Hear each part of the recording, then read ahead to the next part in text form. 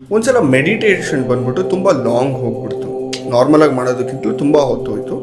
ಅವತ್ತೇನಾಯಿತು ಅಂದರೆ ಲಿಟ್ರಲಿ ನನ್ನ ಕಣ್ಣುಗಳು ಮೇಲೆ ಎಳೆಯೋಕ್ಕೆ ಶುರು ಆಯಿತು. ನಾನು ವಿಷನ್ ಫುಲ್ ಬ್ಲ್ಯಾಂಕ್ ಇಟ್ಕೊಂಡಿರ್ತೀನಿ. ನಾರ್ಮಲಾಗಿ ಮೆಡಿಟೇಟ್ ಮಾಡ್ಬೇಕಾದ್ರೆ ಯಾವುದ್ರ ಬಗ್ಗೆನೂ ಕಾನ್ಸಂಟ್ರೇಟ್ ಮಾಡೋಕ್ಕೆ ಹೋಗೋದಿಲ್ಲ. ಫುಲ್ ಬ್ಲ್ಯಾಂಕ್ ಆಗಿಬಿಟ್ಟು ಫುಲ್ ಬ್ಯಾಕ್ಗ್ರೌಂಡ್ ರೆಡ್ ಆಯಿತು.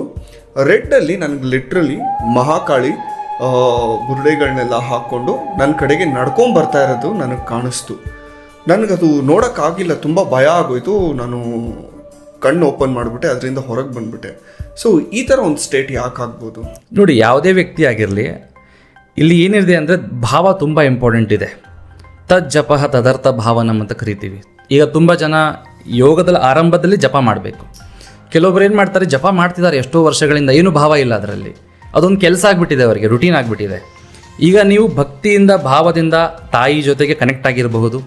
ಕನೆಕ್ಟ್ ಆಗಿ ನೀವು ನಿಮ್ಮ ಮನಸ್ಸಲ್ಲಿ